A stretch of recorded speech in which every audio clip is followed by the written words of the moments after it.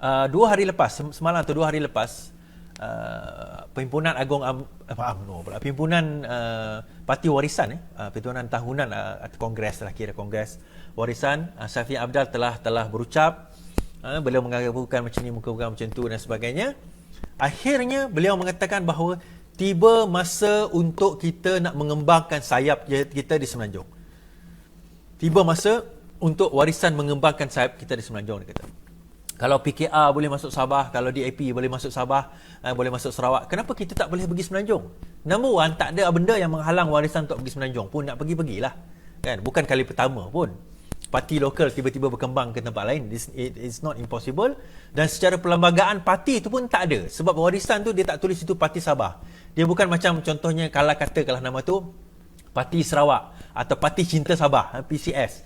Yang tu mungkin susah sikit sebab dia kena tukar nama Sabah tu kepada nasional. Tetapi warisan tu adalah nama yang umum. Jadi sesiapa boleh menyertai warisan, termasuk orang yang bukan Sabah. Dan mungkin dia kena ubah perlembagaan sedikit. Namun begitu, saya tak tahu, saya tak pernah baca perlembagaan dia.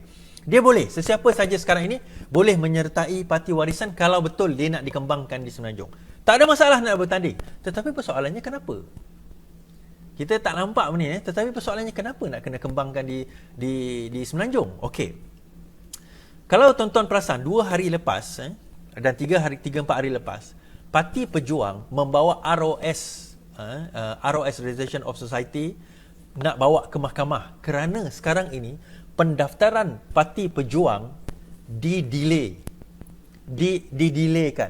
dilengah-lengahkan, sehingga kan Pejuang nak bawa ROS pergi ke mahkamah kerana benda ini didelaykan.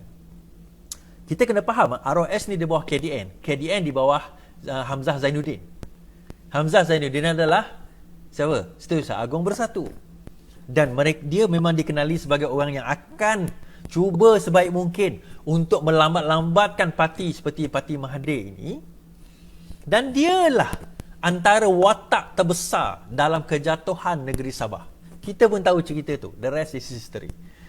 So, bila warisan ni kata nak mengembangkan parti dia ke Semenanjung, atas tujuan apa? It's a backup plan. Untuk siapa? Mahathir dan juga konco-konco. Mahathir, Mukhriz dan juga orang-orang di dalam pejuang.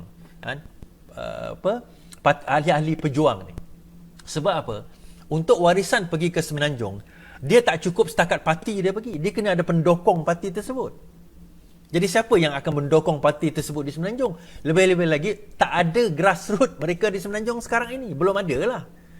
Jadi persediaan itu perlu ada untuk nak provide venues, kawasan, tempat kepada Tun Mahathir untuk datang dan menjadi bertanding dalam pilihan raya yang akan datang ni.